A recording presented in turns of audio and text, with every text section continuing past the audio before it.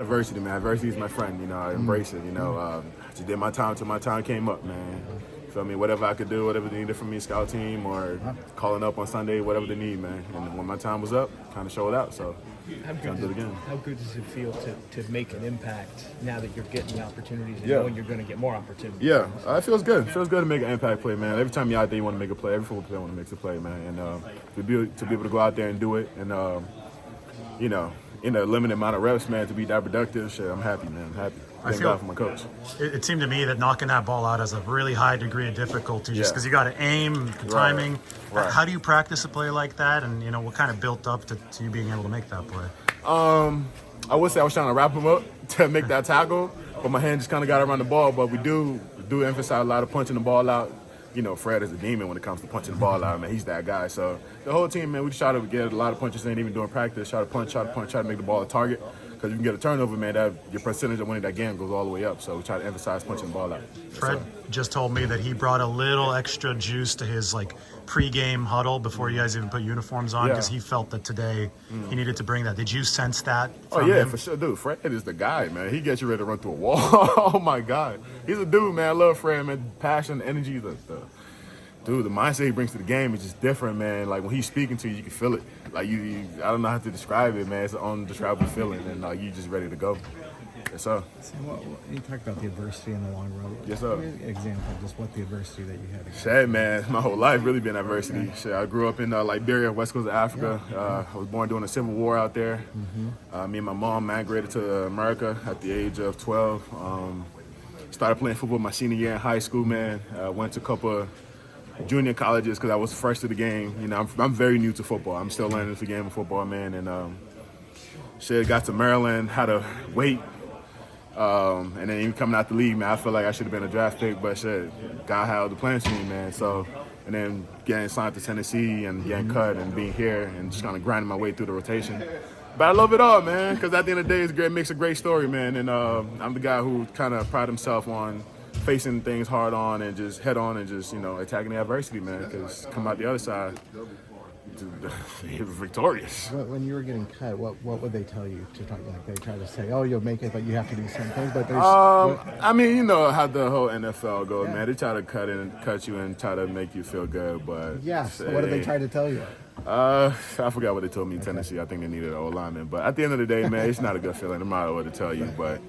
Yeah, I love it here, though, man. I love my D-line coach, man. I love the staff, man. My D-line coach is a guy, man. He's elevated my game in ways I didn't even know I could reach. So, I'm trying to keep him elevated. Bosa also, he likes to share tips. Dude, I be bothering Bosa every day. He probably ignored to me, man. Bosa and Flo.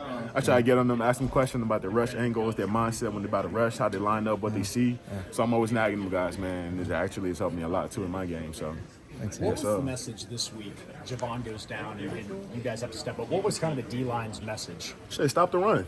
I mean, it wasn't no surprise, man. They kind of set it out through their media and what they wanted to do. They want to come out here and establish themselves as a running team. But we pride ourselves on stopping the run, man. We pride ourselves on our physicality and, you know, how we attack, how we get off the ball. So, you know, we ain't going to let that happen, especially at home. So, man, I'm happy the way D-line played, man. I feel like we made a lot of big plays, Bosa.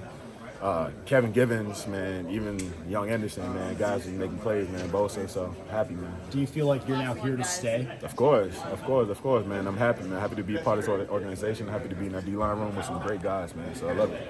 Okay, you left yourself out of that list of guys that you just named.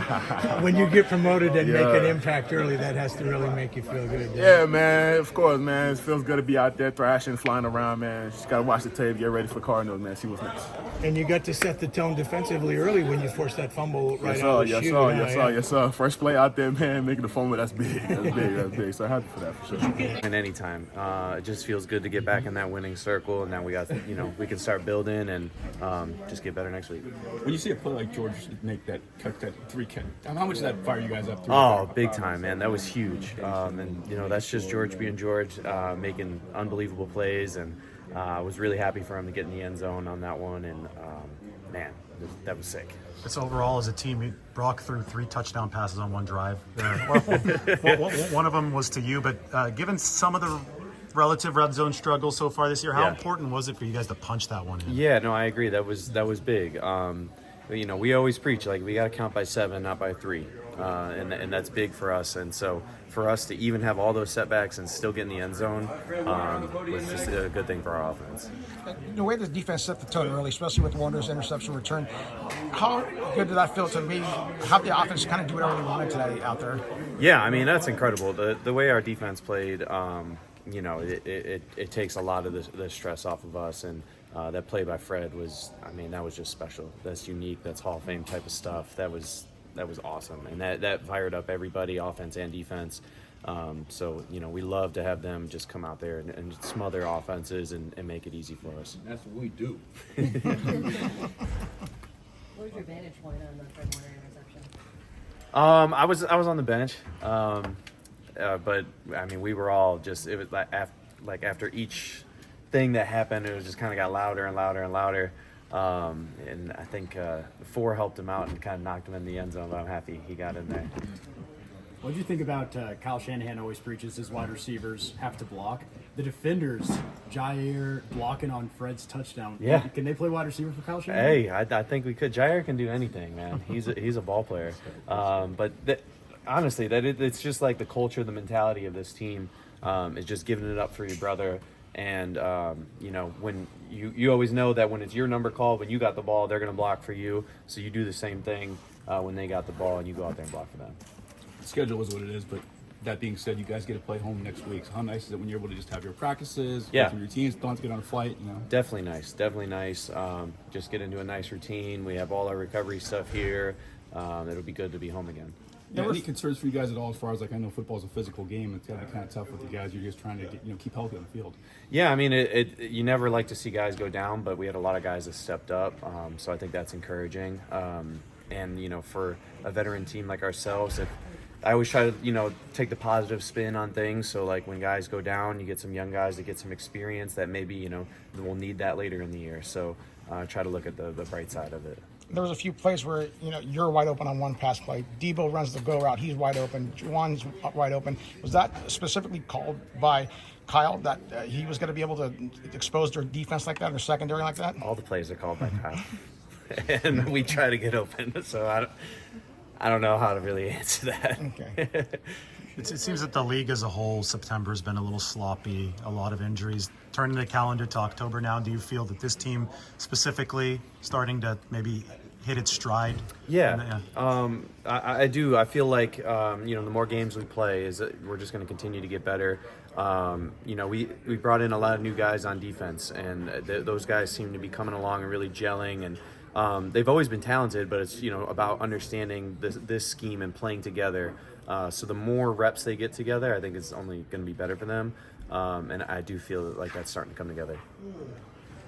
To get that win, especially after 2 really tough losses, and especially after how we played last week, we needed it. It was more than just going 2-2 on the season. It was something for the confidence.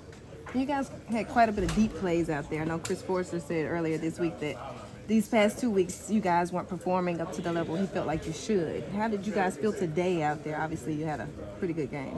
Yeah, I mean, that still doesn't indicate, like, the little stuff.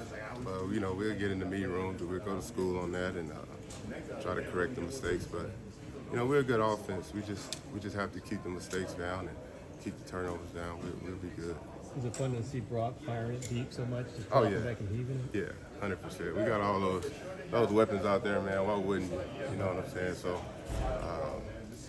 it's always good when Brock's just letting it leash, unleashing the ball, and then we got Mace, running the ball, how you run the ball. So that really makes the offense go. Did you have a good view of George?